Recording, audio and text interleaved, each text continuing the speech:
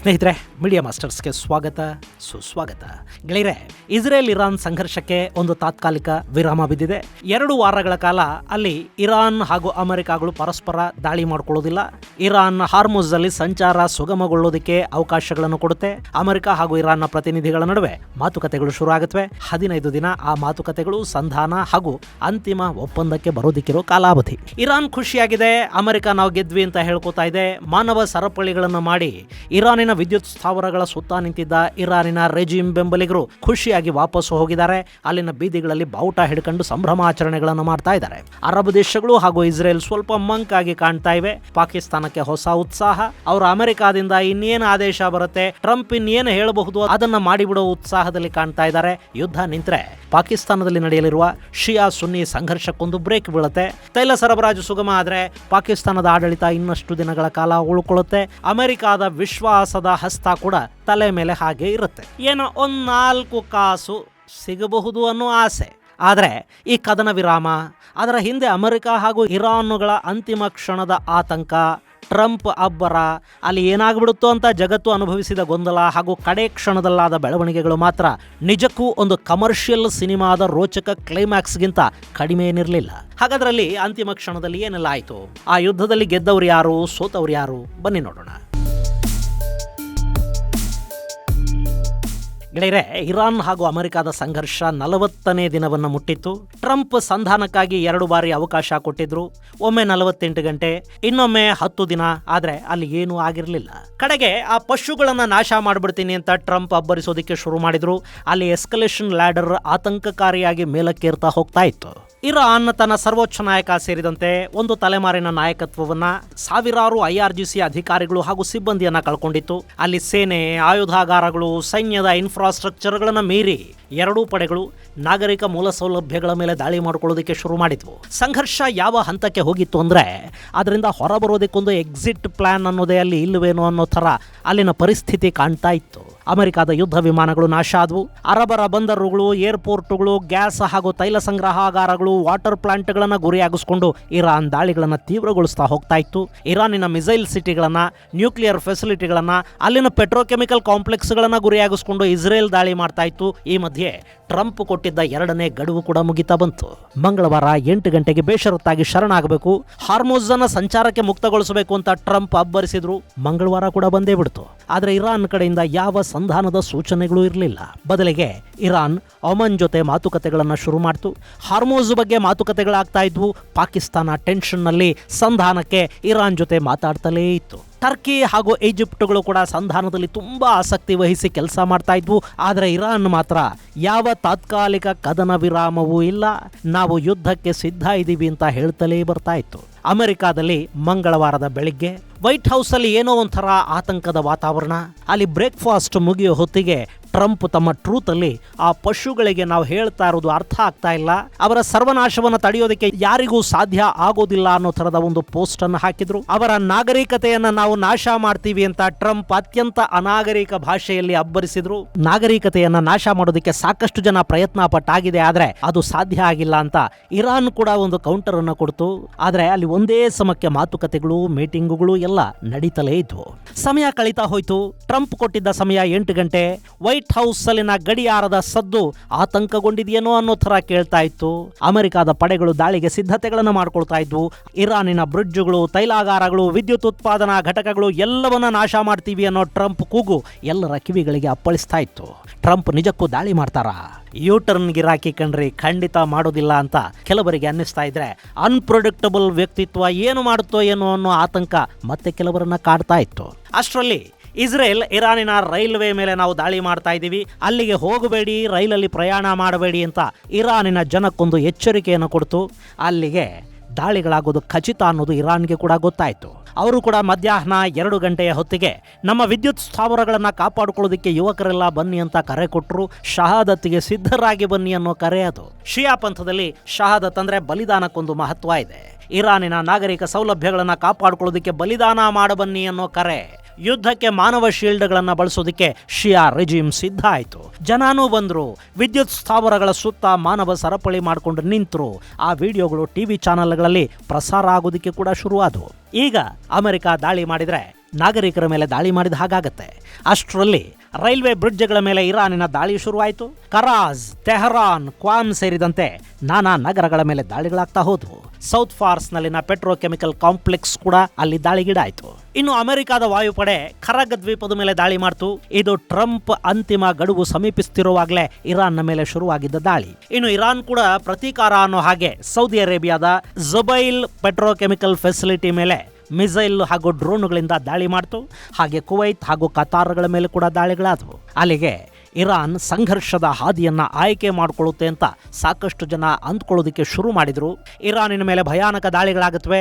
America ಹಾಗೂ ಇಸ್ರೇಲಿನ ಯುದ್ಧ ವಿಮಾನಗಳು ಇರಾನಿನ ಇನ್ಫ್ರಾಸ್ಟ್ರಕ್ಚರ್ ಅನ್ನ ನಾಶ ಮಾಡ್ತಾ ಹೋಗುತ್ತವೆ. ಅದರ ಪರಿಣಾಮವನ್ನ ಪಾಪ ಅರಬ್ ದೇಶಗಳು ಎದುರಿಸಬೇಕಾಗತ್ತೆ ಅಂದ್ಕೊಳ್ತಾ ಜಗತ್ತು ಮುಂದಿನ ಕ್ಷಣಗಳಿಗಾಗಿ ಉಸಿರು ಬಿಗಿ ಹಿಡಿದು ಕೂತಿತ್ತು. ಟ್ರಂಪ್ ಕೊಟ್ಟಿದ್ದ 8 ಗಂಟೆ ಗಡುವು ಹತ್ತಿರ ಆಗ್ತಾ ಇತ್ತು. 8 ಗಂಟೆ ಅಂದ್ರೆ ನಮ್ಮಲ್ಲಿ ಭಾರತೀಯ ಕಾಲಮಾನದ ಪ್ರಕಾರ ಬೆಳಗಿನ ಜಾವ 5:30. ಆ ಗಡುವಿಗೆ ಇನ್ನು 1.5 ಗಂಟೆ ಬಾಕಿ ಇತ್ತು. ಆಗ ಕೂಡ ಅಲ್ಲಿ ಏನಾಗಬಹುದು ಅನ್ನೋ ಬಗ್ಗೆ ಅಮೆರಿಕದ ಅಧಿಕಾರಿಗಳಿಗೂ ಕ್ಲಾರಿಟಿ ಇರಲಿಲ್ಲ. ನಿರ್ಧಾರ ಏನಿರುತ್ತೆ ಅನ್ನೋದು ಅಧ್ಯಕ್ಷರಿಗೆ ಬಿಟ್ಟು ಬೇರೆ ಯಾರಿಗೂ ಗೊತ್ತಿಲ್ಲ ಅಂತ ವೈಟ್ ಹೌಸ್ನ ವಕ್ತಾರರು ಹೇಳಿದ್ರು. ಅದು ನಿಜ ಕೂಡ ಆಗಿತ್ತು. ಟ್ರಂಪ್ ಯಾವ ಕ್ಷಣದಲ್ಲಿ ಏನು ಹೇಳ್ತಾರೆ ಅನ್ನೋದು ಟ್ರಂಪ್ಗಾದರೂ ಗೊತ್ತಿರುತ್ತೋ ಇಲ್ವೋ, ಬೇರೆಯವರಿಗೆ ಹೇಗೆ ಗೊತ್ತಾಗೋದಿಕ್ಕೆ ಸಾಧ್ಯ? 90 ನಿಮಿಷ ಕೌಂಟ್ ಡೌನ್ ಶುರು ಆಯಿತು. ಅಲ್ಲಿಂದ ಪ್ರತಿ ನಿಮಿಷ ಪ್ರತಿ ಸೆಕೆಂಡ್ ಕೂಡ ತುಂಬಾನೇ ಇಂಪಾರ್ಟೆಂಟ್ ಅನ್ನಿಸ್ತಾ ಇತ್ತು. ಪಾಕಿಸ್ತಾನದ ಪ್ರಧಾನಿ ಶಹಬಾಜ್ ಶರೀಫ್ ಹಾಗೂ ಸೇನಾ ಮುಖ್ಯಸ್ಥ ಆಸಿಮ್ ಮುನೀರ್ ತುಂಬಾನೇ ಆತಂಕದಲ್ಲಿದ್ರು. ಶರೀಫ್ ಒಬ್ಬರ ನಂತರ ಒಬ್ಬರಿಗೆ ಕಾಲ್ ಮಾಡ್ತಲೇ ಇದ್ರು. ಆತನ ಆತಂಕ ಆತನಿಗೆ ಬಿಟ್ಟು ಬೇರೆ ಯಾರಿಗೂ ಅರ್ಥ ಆಗೋ ಥರದ್ದಲ್ಲ. ಯುದ್ಧ ಮುಂದುವರೆದ್ರೆ ಇರಾನ್, ಅರಬ್ ದೇಶಗಳು, ಒಳಗಿನ ಶಿಯಾಗಳ ಸಿಟ್ಟಿಗೆ ಕೂಡ ಪಾಕಿಸ್ತಾನ ಕಾರಣ ಆಗಬೇಕಿತ್ತು. ಯುದ್ಧದ ಕಾರಣಕ್ಕೆ ತೈಲ ಮತ್ತು ಗ್ಯಾಸ್ ಬೆಲೆ ಹೆಚ್ಚಾಗ್ತಾ ಇದೆ. ಅದು ಹೀಗೆ ಏರಿಕೆ ಆಗ್ತಾ ಹೋದ್ರೆ ಪಾಕಿಸ್ತಾನದ ಸುನ್ನಿಗಳು ಕೂಡ ಸರ್ಕಾರದ ವಿರುದ್ಧ ತಿರುಗಿ ಬೀಳ್ತಾರೆ ಅನ್ನೋದು ಶರೀಫ್ಗೆ ಗೊತ್ತಿತ್ತು. ಆಫ್ಘನಿಸ್ತಾನದ ಜೊತೆ ಮಾಡಿಕೊಂಡ ಯುದ್ಧ ಕೂಡ ವ್ಯರ್ಥ ಆಗಿ ಹೋಗುತ್ತೆ. ಇರಾನ್ ವಿರುದ್ಧ ಸೇನೆಯನ್ನ ಕಳುಹಿಸಬೇಕಾಗತ್ತೆ ಅಂತ ಮುನೀರ್ ಚಿಂತೆಗೀಡಾಗಿದ್ದ. ಟೆನ್ಷನ್ನಲ್ಲೇ ಪಾಕಿಸ್ತಾನ ಎಲ್ಲರಿಗೂ ಕಾಲ್ ಮಾಡ್ತಲೇ ಇತ್ತು, ಬೇಡ್ತಲೇ ಇತ್ತು. ಕಡೆಗೆ ಇರಾನ್ ಸಂಧಾನಕ್ಕೆ ಒಪ್ಪಿಗೆಯನ್ನು ಸೂಚಿಸಿತು. ತನ್ನ 10 ಡಿಮ್ಯಾಂಡ್ಗಳನ್ನು ಒಪ್ಪೋದಕ್ಕೆ ಅಮೆರಿಕಾಗೆ ಹೇಳಿ ಅಂತ ಪಾಕಿಸ್ತಾನಕ್ಕೆ, ಟರ್ಕಿಗೆ, ಈಜಿಪ್ಟ್ಗೆ ಕೂಡ ಇರಾನ್ ಹೇಳ್ತು. ಆದರೆ ಅದನ್ನು ಒಪ್ಪೋದಕ್ಕೆ ಟ್ರಂಪ್ ರೆಡಿ ಇರಲಿಲ್ಲ.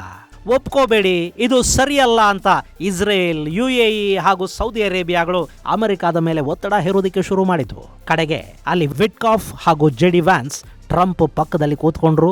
ಸದ್ಯಕ್ಕೆ ನಿಮಗೆ ಹಾರ್ಮೋಸ್ ಓಪನ್ ಆಗುತ್ತೆ ಅಂತ ಅನ್ಸಿದ್ರೆ ಈ ಸಂಘರ್ಷದಲ್ಲೊಂದು ಕದನ ವಿರಾಮಕ್ಕೆ ಅವಕಾಶ ಸಿಗೋದಾದ್ರೆ ಡೀಲನ್ನು ಒಪ್ಕೊಂಡು ಬಿಡಿ, ಮಿಕ್ಕಿದ್ದೆಲ್ಲ ಆಮೇಲೆ ಅಂತ ಅವರು ಕಿವಿಯೂದೋದಕ್ಕೆ ಶುರು ಮಾಡಿದ್ರು. ಪಾಕಿಸ್ತಾನದ ಪ್ರಧಾನಿ ಮತ್ತು ಸೇನಾಪತಿ ಕೂಡ ದ್ರಾಬೆ ಮುಖ ಹಾಕೊಂಡು ಅಮೆರಿಕ ಏನ್ ಹೇಳುತ್ತೋ ಅಂತ ಟೆನ್ಷನ್ನಲ್ಲಿ ಕಾಯ್ತಾ ಕೂತಿದ್ರು. ಟ್ರಂಪ್ ಕೊಟ್ಟಿದ್ದ ಸಮಯ ಮುಗಿಯೋದಕ್ಕೆ ಇನ್ನೂ 1 ಗಂಟೆ ಟೈಮ್ ಇತ್ತು. ಅಷ್ಟರಲ್ಲಿ ಆಯ್ತು, ಅಧ್ಯಕ್ಷರು ಒಪ್ಪಿದ್ದಾರೆ ಅನ್ನೋ ಸಂದೇಶ ಪಾಕಿಸ್ತಾನ, ಟರ್ಕಿ, ಈಜಿಪ್ಟ್ಗಳಿಗೆ ತಲುಪಿತು. ಅಷ್ಟೇ ಅಲ್ಲ, ಅಲ್ಲಿ 2 ಸೋಷಿಯಲ್ ಮೀಡಿಯಾ ಪೋಸ್ಟ್ಗಳು ಸಿದ್ಧ ಆದವು. ಒಂದನ್ನ ಟ್ರಂಪ್ ತಮ್ಮ ಟ್ರೂತ್ ಅಲ್ಲಿ ಪೇಸ್ಟಿದ್ರು, ಇನ್ನೊಂದನ್ನ ಪಾಕಿಸ್ತಾನದ ಪ್ರಧಾನಿಗೆ ಕಳುಹಿಸಿಕೊಡ್ಲಾಯಿತು.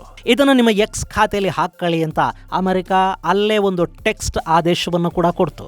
ಈ ಪಾಕಿಗಳಂತೂ ಎಷ್ಟು ಬರಗೆಟ್ಟಿದ್ರು ಅಂದ್ರೆ ಅಮೆರಿಕ ಒಪ್ಕೊಂಡಿದ್ದೆ ಮಹಾಪುಣ್ಯ ಅನ್ನೋ ಹಾಗೆ ಅಲ್ಲಿಂದ ಬಂದ ಆ ಡ್ರಾಫ್ಟ್ ಕಾಪಿಲಿ ಏನಿದೆ ಅನ್ನೋದನ್ನು ಕೂಡ ಓದೋದಿಕ್ಕೆ ಹೋಗದೆ ಅದನ್ನು ಯಥಾವತ್ತಾಗಿ ಶಹಬಾಜ್ ಶರೀಫ್ನ ಎಕ್ಸ್ ಖಾತೆಗೆ ಮೆತ್ತಲಾಯಿತು.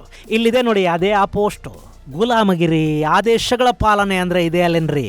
ಅವ್ರು ಏನು ಕಳುಹಿಸ್ತಾ ಇದ್ದಾರೆ ಅನ್ನೋದನ್ನು ಓದೋದಿಕ್ಕೂ ಹೋಗದೆ ಯಥಾ ಪ್ರಕಾರ ಕಾಪಿ ಪೇಸ್ಟ್ ಮಾಡಿಬಿಡೋದೆ. ಇಲ್ಲಿ draft Pakistan's PM message on X ಅಂತ ಅವರು ಬರೆದು ಕಳುಹಿಸಿದ್ದಾರೆ. ಅದನ್ನು ಸೇರಿಸಿ ಇವರು ಪೋಸ್ಟ್ ಮಾಡ್ಕೊಂಡ್ರು. ಈ ಪಾಕಿಸ್ತಾನಿಗಳನ್ನ ಜೋಕರ್ರುಗಳು, ಗುಲಾಮರು ಅಂತ ಸುಮ್ಮನೆನಾ ಹೇಳ್ತಾರೆ? ಇನ್ನು ಇದೆಲ್ಲ ಆದ ಮೇಲೆ ಇರಾನ್ನ ವಿದೇಶಾಂಗ ಸಚಿವ ಅರಾಕ್ಚಿ ಕೂಡ ಒಂದು ಪೋಸ್ಟ್ ಮಾಡಿದ್ರು. ನಾವು ಕದನ ವಿರಾಮಕ್ಕೆ ಒಪ್ಪಿದೀವಿ, ಹಾರ್ಮೋಸ್ ಅಲ್ಲಿ ಸಂಚಾರವನ್ನ ಮುಕ್ತಗೊಳಿಸ್ತಾ ಇದ್ದೀವಿ, ಅಲ್ಲಿ ನಮ್ಮ ಸೇನಾ ಪಡೆಗಳ ನೇತೃತ್ವದಲ್ಲಿ ಸಂಚಾರ ಸುಗಮವಾಗಿ ನಡೆಯುತ್ತೆ ಅನ್ನೋ ಅರ್ಥದಲ್ಲಿ ಅರಾಕ್ಚಿ ಅವರ ಪೋಸ್ಟ್ ಇತ್ತು. ಇಷ್ಟಾದ ನಂತರ ವೈಟ್ ಹೌಸ್ ಅಧ್ಯಕ್ಷರು ಬಯಸಿದ ಹಾಗೆ ಹಾರ್ಮೋಸ್ ಮುಕ್ತ ಆಗಿದೆ, ಹಿಂಗಾಗಿ ನಾವು ಈ ಸಂಘರ್ಷದಲ್ಲಿ ಗೆದ್ವಿ ಅಂತ ಹೇಳ್ಕೊಳ್ತು. ಅಲ್ಲ, ಈ ಸಂಘರ್ಷ ಶುರುವಾಗೋ ಮೊದಲು ಕೂಡ ಹಾರ್ಮೋಸ್ ಸಂಚಾರಕ್ಕೆ ಮುಕ್ತವಾಗೇ ಇತ್ತಲ್ಲ. ಈಗ ಅದನ್ನು ಮುಕ್ತಗೊಳಿಸಿ ಇವರು ಗೆಲ್ಲೋದೇನು ಬಂತು ಅಲ್ಲಿ? ಇನ್ನು ಇರಾನ್ ನಮ್ಮ 10 ಷರತ್ತುಗಳಿಗೆ ಅಮೆರಿಕ ಒಪ್ಪಿದೆ, ಹೀಗಾಗಿ ನಾವು ಇಲ್ಲಿ ಗೆದ್ವಿ ಅಂತ ಹೇಳ್ಕೊಳ್ತು. ಆ 10 ಷರತ್ತುಗಳಿಗೆ ನಾವು ಒಪ್ಪಿದೀವಿ ಅಂತ ಅಮೆರಿಕ ಎಲ್ಲೂ ಹೇಳ್ಕೊಳ್ಳಿಲ್ಲ. ಹಾಗಾದ್ರೆ ಇಲ್ಲಿ ಗೆದ್ದವ್ರು ಯಾರು, ಸೋತವ್ರು ಯಾರು? ಅಮೆರಿಕ ತನ್ನ ಜನಕ್ಕೆ ಏನು ಬೇಕೋ ಅದನ್ನು ತಾನು ಹೇಳ್ಕೊಳ್ತು, ಇರಾನ್ ತನ್ನ ಜನಕ್ಕೆ ಏನು ಬೇಕೋ ಅದನ್ನು ತಾನು ಹೇಳ್ಕೊಳ್ತು. ಗೆಳೆಯರೆ, ನೀವು ಯಾವ ಕಡೆ ನಿಂತ್ಕೊಂಡು ಯೋಚನೆ ಮಾಡಿದರೆ ಅವರು ಇಲ್ಲಿ ಗೆದ್ದ ಹಾಗೆ ಕಾಣ್ತಾರೆ. ಆದರೆ ಇಲ್ಲಿ ಸೋತಿದ್ದು ಮಾತ್ರ ಜಗತ್ತು. ಯಾಕೆಂದ್ರೆ ಕಳೆದ 40 ದಿನಗಳಿಂದ ವಿನಾಕಾರಣ ತೈಲ, ಗ್ಯಾಸ್ ಸಂಕಷ್ಟ, ಬೆಲೆ ಏರಿಕೆ, ವ್ಯಾಪಾರ ಕುಸಿತ, ನಷ್ಟಗಳನ್ನು ಅನುಭವಿಸಿದ ಜಗತ್ತಿನ ನಾನಾ ದೇಶಗಳು ಇಲ್ಲಿ ನಿಜಕ್ಕೂ ಸೋತವು ಬಿಟ್ರೆ ಗೆದ್ದವರು ಯಾರು ಅನ್ನೋದು ಯಾರಿಗೂ ಗೊತ್ತಿಲ್ಲ. ಯಾಕೆಂದ್ರೆ ಅಲ್ಲಿ ಸಂಘರ್ಷ ಇನ್ನೂ ಮುಗುದಿಲ್ಲ. ಇದು ಬರೀ 15 ದಿನಗಳ ಕದನ ವಿರಾಮ ಅಷ್ಟೇ. ಇನ್ನು ಟ್ರಂಪ್, ಇದು ಮಧ್ಯಪ್ರಾಚ್ಯದ ಸುವರ್ಣ ಯುಗ, ಇರಾನ್ನ ಮರುನಿರ್ಮಾಣಕ್ಕೆ ನಾವು ಸಹಾಯ ಮಾಡ್ತೀವಿ ಅನ್ನೋ ಇನ್ನೊಂದು ಹೇಳಿಕೆಯನ್ನು ಕೊಟ್ಟಿದ್ದಾರೆ. ಹಾಗಾದ್ರೆ ಇರಾನ್ನ ದಾಳಿಯಲ್ಲಿ ನಷ್ಟಕ್ಕೀಡಾದ ಅರಬರ ಕಥೆ ಏನು?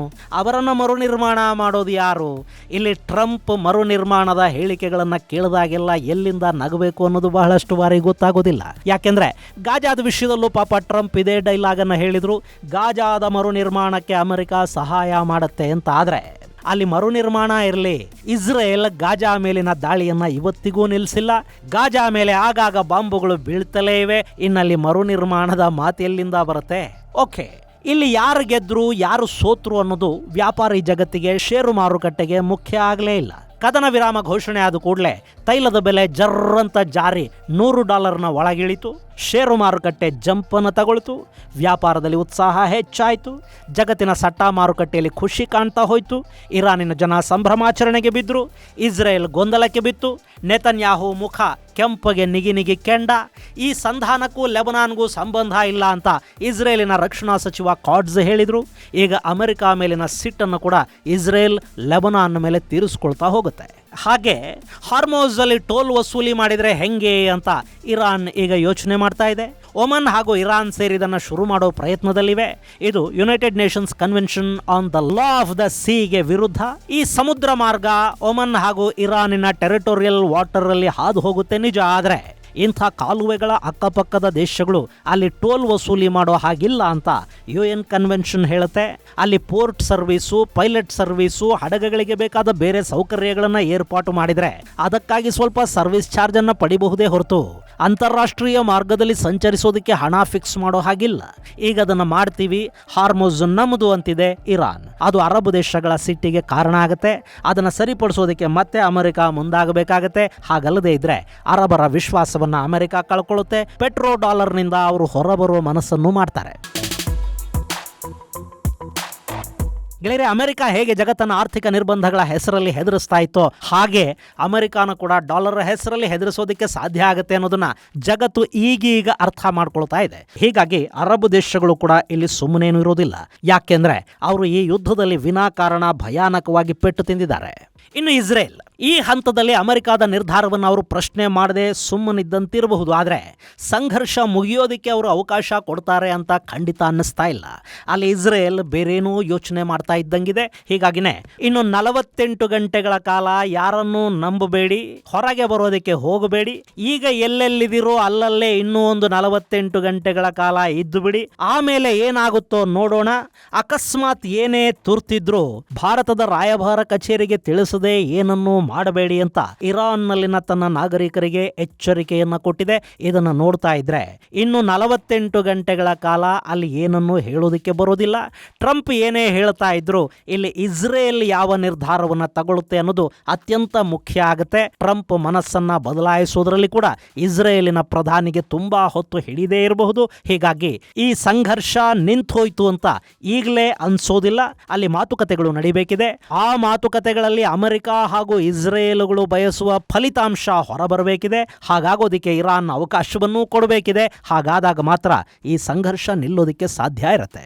ಇನ್ನು ಟ್ರಂಪ್ ಮಾತ್ರ ಇರಾನ್ ಮರುನಿರ್ಮಾಣಕ್ಕೆ ಸಹಾಯ ಮಾಡ್ತೀವಿ, ನಾವು ಯುದ್ಧ ನಿಲ್ಲಿಸಿದೀವಿ, ನಮಗೆ ನೋಬಲ್ ಬೇಕು ಅಂತ ಇನ್ನು ಮುಂದೆ ಸ್ವಲ್ಪ ದಿನ ಹೇಳ್ಕೊಂಡು ಓಡಾಡೋದಕ್ಕೆ ಶುರು ಮಾಡ್ತಾರೆ. ಅದು ಎಷ್ಟು ದಿನ ಅನ್ನೋದನ್ನ ಕಾದು ನೋಡಬೇಕಾಗತ್ತೆ. ಇದು ಗೆಳೆಯರೆ, ಅಂತಿಮ ಕ್ಷಣದಲ್ಲಿ ಇರಾನ್ ಮತ್ತು ಅಮೆರಿಕಗಳ ನಡುವೆ ಏನೆಲ್ಲ ಆಯಿತು ಅನ್ನೋದರ ಕುರಿತಾದ ಒಂದಷ್ಟು ಮಾಹಿತಿ. ಮುಂದಿನ ಸಂಚಿಕೆಯಲ್ಲಿ ಮತ್ತಷ್ಟು ವಿಶೇಷಗಳ ಜೊತೆ ಮತ್ತೆ ಭೇಟಿಯಾಗೋಣ. ಅಲ್ಲಿವರೆಗೆ ಜೈ ಹಿಂದ್, ಜೈ ಕರ್ನಾಟಕ.